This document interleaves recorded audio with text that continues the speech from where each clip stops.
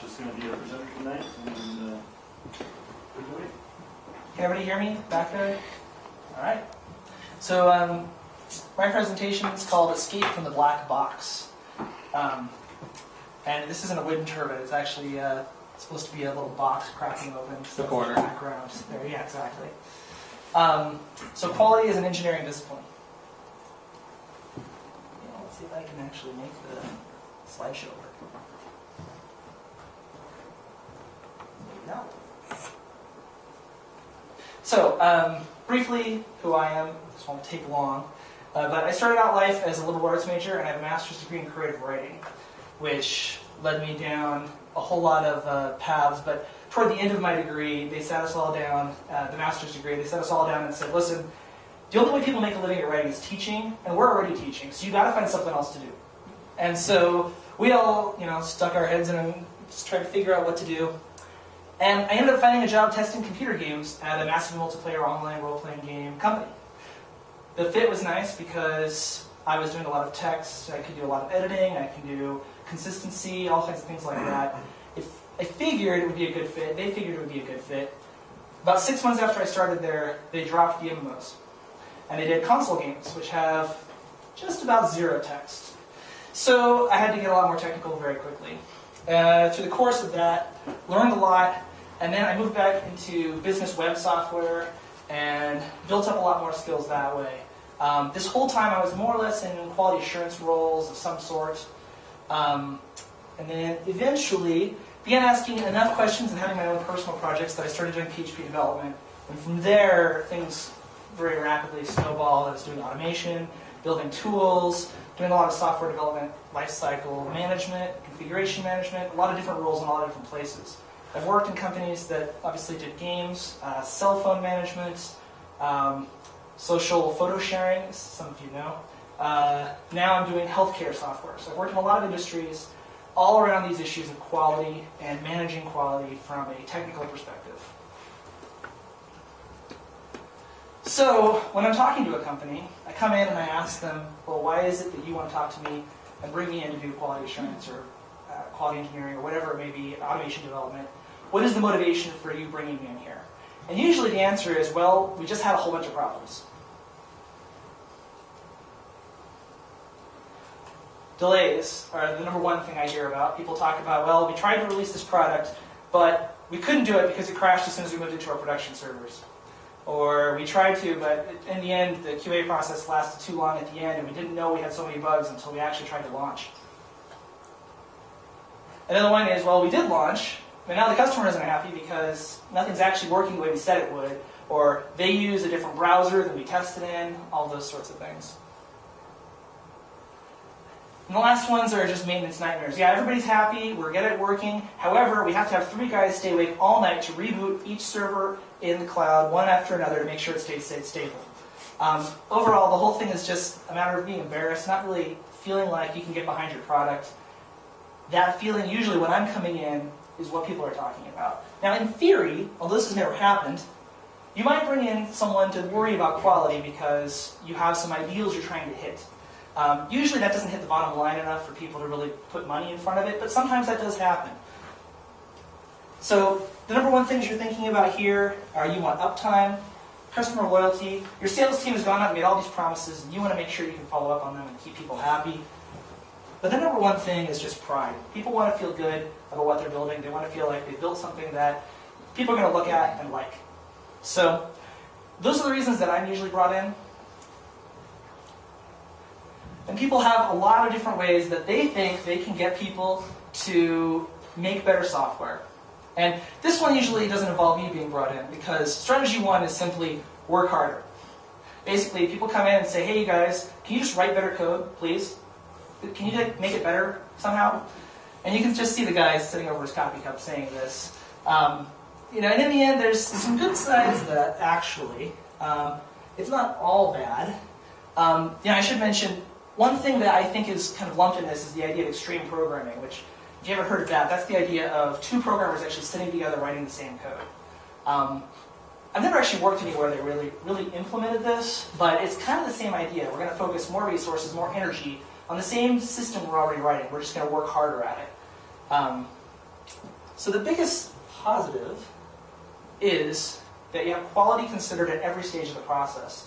When you're going through this, no one's thinking, well, I'll just wait to fix that later, because they know they're going to be the ones to fix it. They're going to be the one working the weekend, so you've got to do it now or it's never going to happen. At least hopefully that's what's happening. The next thing is quality is everyone's responsibility.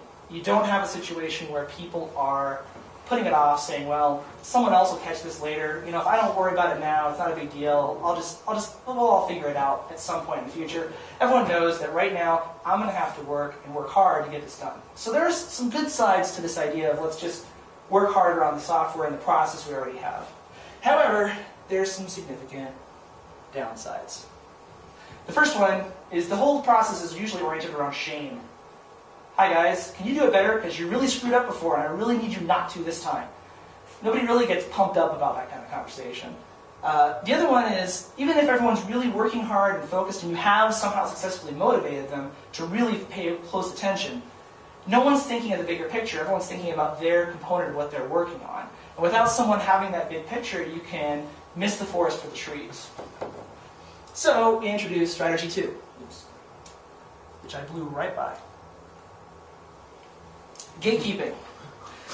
So I picked this picture in particular because my usual experience with the gatekeeping model is that people slowly but surely hack away at the gatekeepers because they're interfering with the speed of release.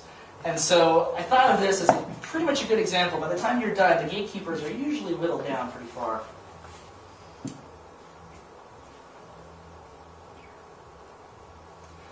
So obviously, usually this is a QA department or a deployment team who's going to come in and they're going to say whether or not your code is ready to ship out. And that principle is probably the number one used when people are worried about quality, when they're not in that very first startup phase. They start introducing some idea that we should have some quality checks. They put in a team and they kind of have a wall. The good thing about this is that there's people looking at every level of the quality of the application, and this is a good thing. For the same reasons that there was a weakness in the previous way of doing things. People are going to be looking at the big picture, they're going to be looking at the way things are organized with each other. They know about feature X and feature Y, even though the developers of feature X and feature Y may not be talking to each other. And so they can figure out where these integration points are working or not working, where there's consistency, all those sort of things. The other strength is that they're an outsider who's still inside. What I mean by that is, we have people who can come into it with a fresh idea. They say, well, I've never seen this before. Let me look at it. And they start saying, well, I don't like how this is working, or I tried it in this alternate flow, and suddenly it broke. All those things are valuable, but they're still insiders because there's some things you just don't want to tell people who are outside of the company. Sometimes they're corporate secrets. Sometimes they're just really ugly, bad things about how the process works or what restrictions you're working under that you really don't want external people to know about. The QA team or the deployment teams inside the company, they can know about those things and they can build them into their analysis. But there's some serious weaknesses with this model. The number one is you have one group and one phase. It's one group of people, this deployment team or QA department, and you have them in the last phase of the entire development process. And my best example of this was when I was working at the game company. I can use this example freely because no one from that game company is sitting here tonight.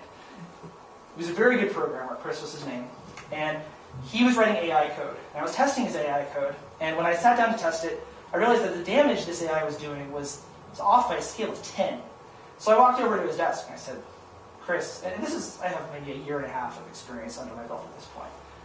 Chris, what's going on with this AI code? I thought this was supposed to be here. It's way off. Am I reading something wrong? And he said, no, listen, reading through the documentation is really hard. I didn't want to look up how much damage this guy should do, so I put just a number in there. And then I figured you'd send me a ticket back that told me exactly what the value should be, so that I could then fix it and then make it right. And the positive takeaway for me was he trusted me to find this and to know that it was going to happen. So that's good. But obviously it would have been nicer if he had taken a minute to look and see what the value should have been to begin with. Now, on the other hand, the documentation at that point was pretty poor, so we can talk about documentation a little later in the presentation, but there might be a few excuses. The other thing, and this gets back to our Black Knight from the slide before, a gatekeeper is always going to be an obstacle to release, since they're always in a very tight place.